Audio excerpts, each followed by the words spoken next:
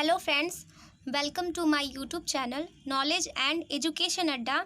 दोस्तों, आज हम पढ़ेंगे वर्नियर कैलिपर्स के बारे में।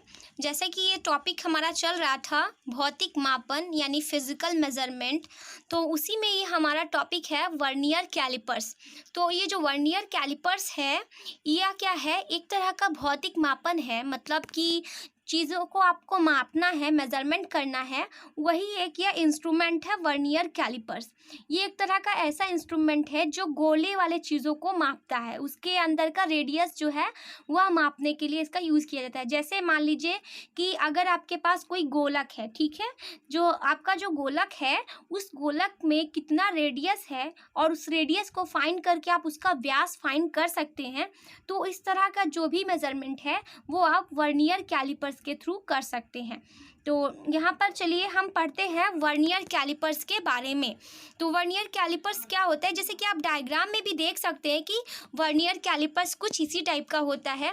इसमें क्या होती है कि एक स्केल जैसी होती है, इसमें दो स्केल होती है, एक मेन स्केल होती है और एक इसमें वर्नियर कैलिपर्स की स्केल होती है। फिर उसमें चीज़ों को रख करके उसकी रीडिंग की जाती है कि मेन स्केल जो है वो वर्नियर कैलिपर्स की स्केल के साथ कहाँ पर मैच कर रहा है।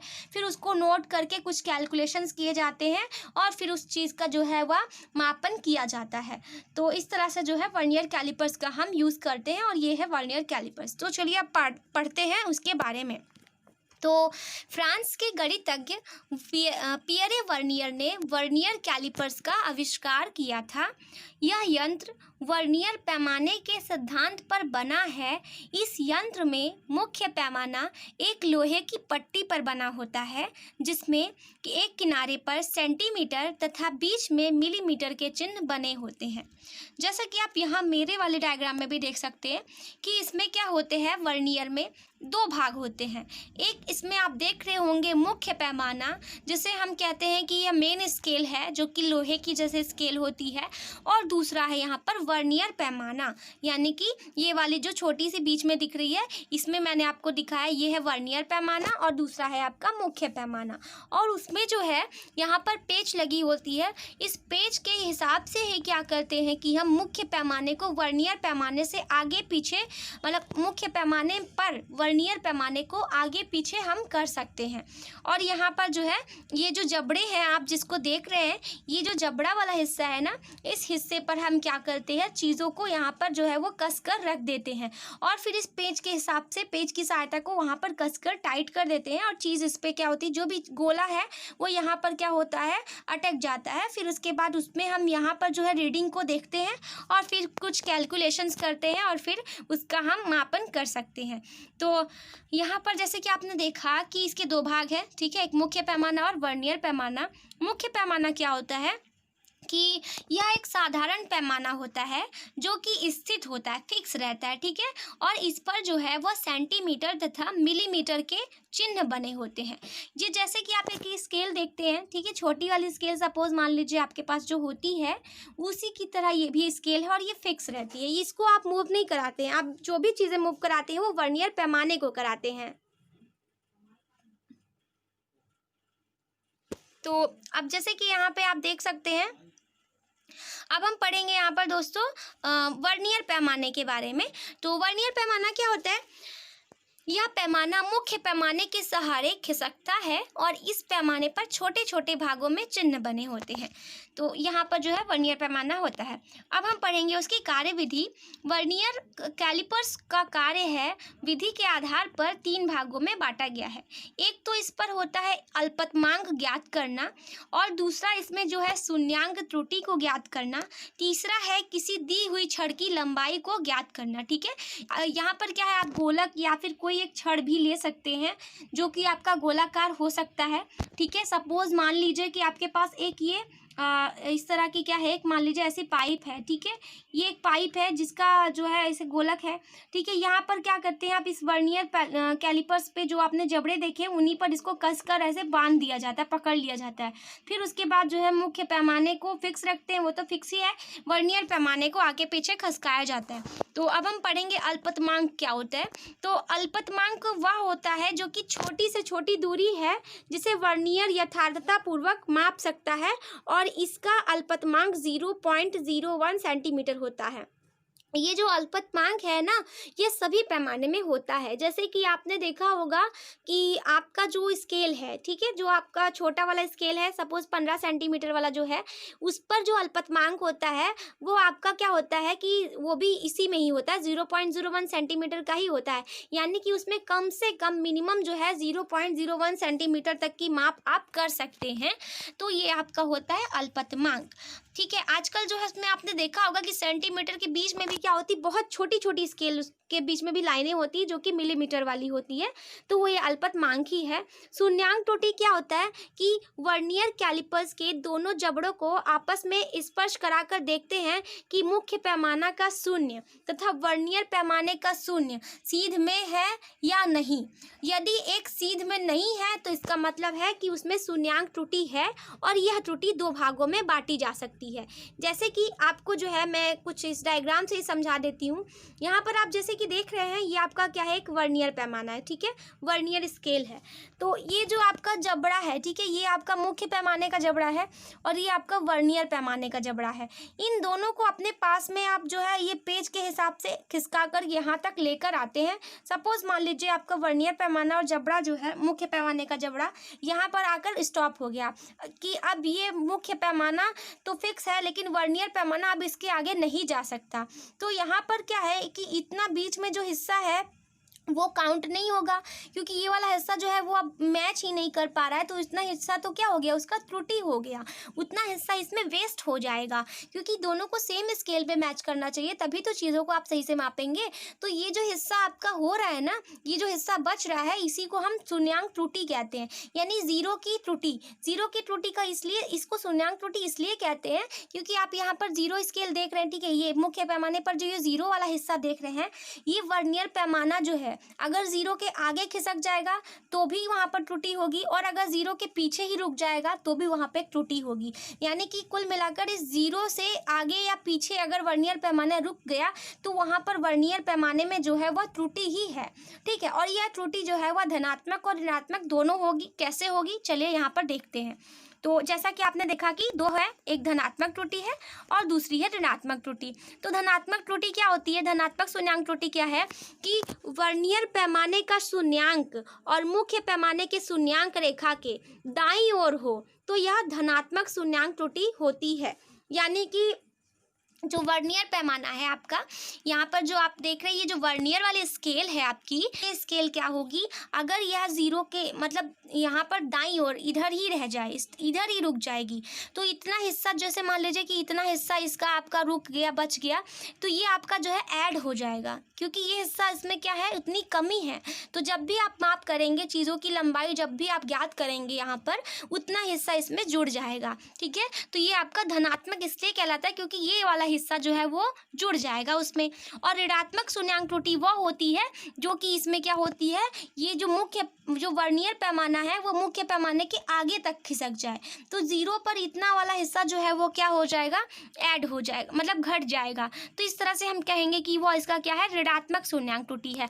तो वर्नियर कैलिपर्स के दोनों जबड़ों को आपस में स्पर्श कराकर देखते हैं कि मुख्य पैमाने का शून्य तथा मुख्य पैमाने, यहाँ पर क्या है, वर्नियर पैमाने का शून्य और मुख्य पैमाने के शून्याङ्क रेखा के बाईं ओर हो तो इसे हम ऋणात्मक शून्याङ्क त्रुटि कहते हैं। यानी कि अगर मान लीजिए आपकी जो भी आपका पैमाना मापना है, जिस भी आपको चीज़ का पैमाना आपको मापना है, मान लीजिए कि आपको किसी गोले का ही मापना है, और अगर आपने उसको मापने से पहले यहाँ पर शून्याङ्क त्रुटि को जाननी चाहिए, तो ये वर्नियर पैमाना अगर आगे की ओर खिसक जाएगा, बाईं ओर चला जाएगा उसके, तो यहाँ पर उतना वाला हिस्सा जो है वह मुख्य पैमाने के साथ क्या हो जाएगा, घट जाएगा, ठीक है। जो भी आप चीज़ मापेंगे वो घट जाएगा। तो इस तरह से जो है आपने वर्नियर स्केल के बारे में जाना है, लेकिन अब आपको यह सीखना है कि इस वर्नियर पैमाने से आप जो है चीज़ों का लंबाई कैसे नापेंगे। तो अब चलिए हम जो है हम लंबाई मापना भी सीख लेते हैं वर्नियर पैमाने की सहायता से। तो दी हुई छड़ की लंबाई को ज्ञात करना, सबसे पहले क्या करते हैं कि दोनों जबड़ों के बीच में छड़ को रख करके मुख्य पैमाने की दूरी को पढ़ लेते हैं, ठीक है, कि मुख्य पैमाना कहाँ पर जो है आपका जो है स्टॉप हुआ है, ठीक है। फिर वर्नियर पैमाने को देखते हैं कि जो कि मुख्य पैमाने के किसी भी चिन्ह की सीध में हो, ठीक है। फिर वर्नियर पैमाना पढ़कर फिर अल्पतमांक का गुणा करके मुख्य पैमाने के पाठ्यांक में जोड़ देते हैं। जैसे कि यहाँ पर आप देख सकते हैं, ये सपोज़ आपका मान लीजिए कि कोई भी एक पैमाना आपने जो है मापना चाहा किसी भी छड़ का, ठीक है। वो छड़ जो है मान लीजिए कि इतनी ही मोटी थी, ठीक है, और यहाँ पर जो है इतनी कस गई, वहीं पर आकर के ये जो हमारा जबड़ा है इसका रुक गया, ठीक है, इतने में हमने इसको कस के बांध लिया, टाइट कर लिया। फिर आप जो है ये जो आपका वर्नियर पैमाना है और ये जो आपका मुख्य पैमाना है, यहाँ पर जो है जिस पॉइंट पर दोनों ही स्केल का जो मेज़रमेंट है वो अगर सीध में आ जाए, ठीक है, यहाँ जिस पॉइंट पे सीध में आ जाएगा वो पॉइंट आप नोट कर लेंगे और वही पॉइंट में आपका अल्पतमांक है, जैसे कि इसका अल्पतमांक 0.01 सेंटीमीटर है, उससे गुणा कर देंगे और जो भी आपकी शून्यांक त्रुटि है अगर धनात्मक है तो जोड़ देंगे और ऋणात्मक वाली है तो उसको घटा देंगे और फिर आपका जो है जो भी चीज़ है उसकी लंबाई आप ज्ञात कर लेंगे, यानी दी हुई छड़ की आप लंबाई इस तरह से ज्ञात कर सकते हैं। तो आई होप आप जो है इस चीज़ को समझ गए होंगे कि वर्नियर पैमाने से हम कैसे दी हुई छड़ की लंबाई को ज्ञात कर सकते हैं। तो अब हम नेक्स्ट पढ़ेंगे स्क्रू गेज। स्क्रू गेज क्या होता है? यहाँ पर क्या होता है, एक पेच मापी या फिर स्क्रू गेज क्या होता है कि स्क्रू गेज की सहायता से किसी भी गोलाकार वस्तु का व्यास बिना मापे केवल उसकी लंबाई मापी जा सकती है। ये जो चीज़ आपकी लिखी है इसका मतलब कि मेरे हिसाब से मैं आपको बताती हूँ कि स्क्रू गेज के थ्रू करते क्या है कि जब कभी कोई एक बहुत पतली वायर है, ठीक है, बहुत पतली वायर है और उस पतली वायर का आपको जो है रेडियस ज्ञात करना है, तब आप उसको जो है इस स्क्रू गेज की सहायता से उसका रेडियस ज्ञात कर सकते हैं और फिर उसका डबल कर देंगे तो व्यास ज्ञात हो जाएगा, यानी कि उसका जो है आप रेडियस के थ्रू व्यास ज्ञात कर सकते हैं। लेकिन अगर वही चीज़ अगर आपकी मोटी है तो वो आपका जो है वर्नियर पैमाने से ज्ञात हो जाएगी, ठीक है। तो यानी कि जब बहुत पतली वायर होती है तो स्क्रू गेज की सहायता से आप ज्ञात करेंगे। ये जो आप डायग्राम स्क्रू गेज का देख रहे हैं ये बहुत ही छोटा होता है। वर्नियर स्केल तो लगभग आपका जो है मान के चलिए वो जो आपका 15 सेंटीमीटर वाली स्केल होती है, लेकिन ये जो स्क्रू गेज वाली होती है ना ये बहुत छोटा सा होता है, लगभग मान के चलिए कि उसकी आधी होती है ये। तो इसके थ्रू जो है वो छोटी से छोटी लंबाई को आप माप सकते हैं, यानी छोटे से छोटे रेडियस को माप सकते हैं। तो यहाँ पर आप देख सकते हैं कि एक स्क्रू गेज की रचना दी गई है। तो चलिए इसके बारे में हम लोग पढ़ लेते हैं कि स्क्रू गेज के बारे में क्या लिखा है। जैसा कि स्क्रू गेज को इस चित्र में दिखाया गया है कि यह एक यू आकार का लोहे का ढांचा F होता है। यहाँ पर आप डायग्राम में F को देख रहे हैं, यहाँ पर एक F है और इस ढांचे के बाएं ओर लेफ्ट साइड में क्या है, सिरे पर लोहे की एक छड़ A लगी हुई है और फिर यहाँ पर क्या है, जिसका सिरा क्या होता है, समतल होता है और इसको हम स्टड कहते हैं। ये जो ए वाला पॉइंट है ना, ये वाला हिस्सा जो आप देख रहे हैं इसमें ये वाला पोर्शन, ठीक है, इसको हम स्टड बोलते हैं। और ढांचे के दाईं ओर पर एक ढिबरी जैसे लगी होती है, ये जो डी वाला पॉइंट है, ठीक है, ये ढिबरी टाइप की होती है और इस ढिबरी के अंदर क्या होती है, पेचदार चूड़ियाँ रहती हैं, जैसे कि आप देख रहे हैं ना ऐसे round round round round round उस पर क्या होती है, चूड़ियाँ लगी होती हैं।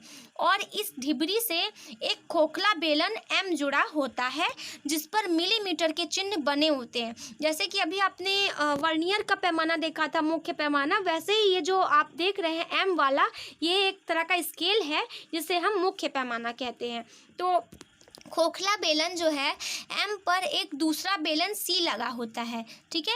यहाँ पर जो है आप देख रहे हैं कि इसके अंदर ही यहाँ पर जो है एक अंदर से इसमें एक खोखली बेलन लगी हुई है, ठीक है, यहाँ पर है C वाली, ये वाला पोर्शन जो है, ये वाला हिस्सा, ये खोखला बेलन जो है इसके अंदर एक सी लगा है, ठीक है। तो ये सी वाला पॉइंट है, ये सी वाला जो हिस्सा है ये भी क्या है, एक तरह का स्केल ही है और ये जो एम वाला है ये भी एक स्केल ही है। लेकिन ये जो है एम जो है वो मुख्य पैमाना है और जो सी है वो आपका गेज पैमाना है, गेज स्केल है।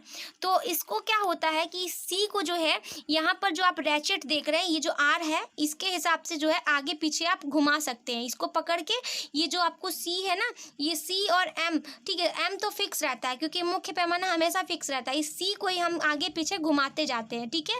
फिर उसके बाद क्या करते हैं कि बेलन सी के बाएं सिरे की परिधि जो होती है वो 50 या 100 भागों में बटी होती है। यहाँ पर जो इसके लेफ्ट साइड की जो परिधि है वो 50 या 100 भागों में बटी होती है और इसे वृत्तीय पैमाना या शीर्ष पैमाना कहते हैं, या फिर इसको हम गेज पैमाना कहते हैं। जैसे आपने वर्नियर पे देखा है वर्नियर पैमाना, वैसे यहाँ पर क्या होता है, गेज पैमाना होता है। तो चलिए यहाँ पर जो है इसे हम जो है पढ़ लेते हैं। तो आप जैसा कि समझ रहे हैं यहाँ पे क्या दिया गया है कि इस पे क्या होता है, इसमें कैसे चीज़ों का हम जो है माप करते हैं। तो जैसे कि हर एक स्केल का अल्पतमांक होता है, वैसे यहाँ भी एक स्केल है और इस मुख्य स्केल का जो अल्पतमांक है वो या तो 0.01 होगा या फिर 0.05 सेंटीमीटर तक होता है, ठीक है। फिर उसके बाद क्या करते हैं कि जो भी आपकी वायर है वो यहाँ पर ला करके उसको रख देते हैं, ठीक है। ये मतलब कि ये जो आपका ये वाला पॉइंट है, यहाँ पर जो वाला पॉइंट है डी, ठीक है, इस वाले पॉइंट के बीच में रख देते हैं। फिर उसके बाद रखने के बाद इस रैचेट को इतना टाइट करते हैं, मतलब क्योंकि इस रैचेट को आप जितना घुमाएंगे लेफ्ट साइड से, जितना आप इसको जो है क्लॉकवाइज घुमाते जाएंगे उतना ही ये आगे की ओर यहाँ पर टाइट होता जाएगा और वो जो भी चीज़ आपको मापनी है वो कस जाएगी, ठीक है, वो चीज़ वहाँ पर कस हो जाएगी, टाइट हो जाएगी। फिर आप क्या करेंगे कि जैसे ही वो टाइट हो जाएगी ना, तो यहाँ पर आप देखेंगे कि जो आपका ये वाला पॉइंट है, ठीक है, ये आप ध्यान से देखेंगे यहाँ पर, तो इसमें जो ये 10 वाला पॉइंट है, ठीक है, ये जो आपका ये जो 10 वाला पॉइंट है, ये वाला जो हिस्सा है, ये वाला हिस्सा किस पॉइंट पर जाकर के सीध पे हो रहा है, ठीक है। जैसे यहाँ पर आप देख रहे हैं कि यहाँ पर जो है 5, 10, 15 लिखा है ना, यहाँ पर ध्यान से देखिए, ये 15 है, ये 10 है, ये 5 है। तो जिस जगह पर जा करके ये स्टॉप हो जाएगी आपकी सी वाला पैमाना, मतलब कि गेज स्केल जिस जगह पर जाकर स्टॉप हो जाएगी, फिर उसे हम नोट डाउन कर लेंगे। फिर उसके बाद क्या करते हैं कि आपका जो ये यहाँ पर जो अल्पतमांक है उसका मतलब गुणा कर देंगे, जो आपका यहाँ पर वैल्यू आई है उसका गुणा कर देंगे और फिर उसके बाद जो है गेज स्केल में उसको ऐड कर देंगे और इस तरह से जो है जो दी गई आपकी मतलब जो दिया गया छड़ तो यहाँ पे नहीं होता है, यहाँ पे पतली वायर होती है, उसकी आप लंबाई को ज्ञात कर सकते हैं, मतलब कि उसका जो है व्यास आप ज्ञात कर सकते हैं। तो इस तरह से जो है स्केल से क्या होता है, यहाँ पर हम मेन स्केल से और मतलब उसके आगे पीछे करते हैं और मुख्य पैमाने से जो है गेज स्केल कहाँ पर जो फिक्स हो रही है उस पॉइंट को आप नोट डाउन कर लेंगे और फिर उसके बाद जो है यहाँ से मतलब कि उसको लिख लेंगे और फिर उसके बाद जो है उसका लंबाई ज्ञात कर लेंगे। तो इस तरह से जो है एक मतलब कि इस पेच मापी या स्क्रू गेज की सहायता से आप जो है किसी दी गई मतलब कि पतली वायर की गोलाकार वस्तु का जो है आप व्यास ज्ञात कर सकते हैं, ठीक है। तो इस तरह से जो है चीज़ों को हम यहाँ से फाइंड कर सकते हैं। तो आई होप आपको समझ में आ गया होगा कि कैसे वर्नियर स्केल काम करती है और कैसे जो है स्क्रू गेज मापी काम करता है, ठीक है। तो दोस्तों आज के वीडियो में बस इतना ही। Thank you so much for watching.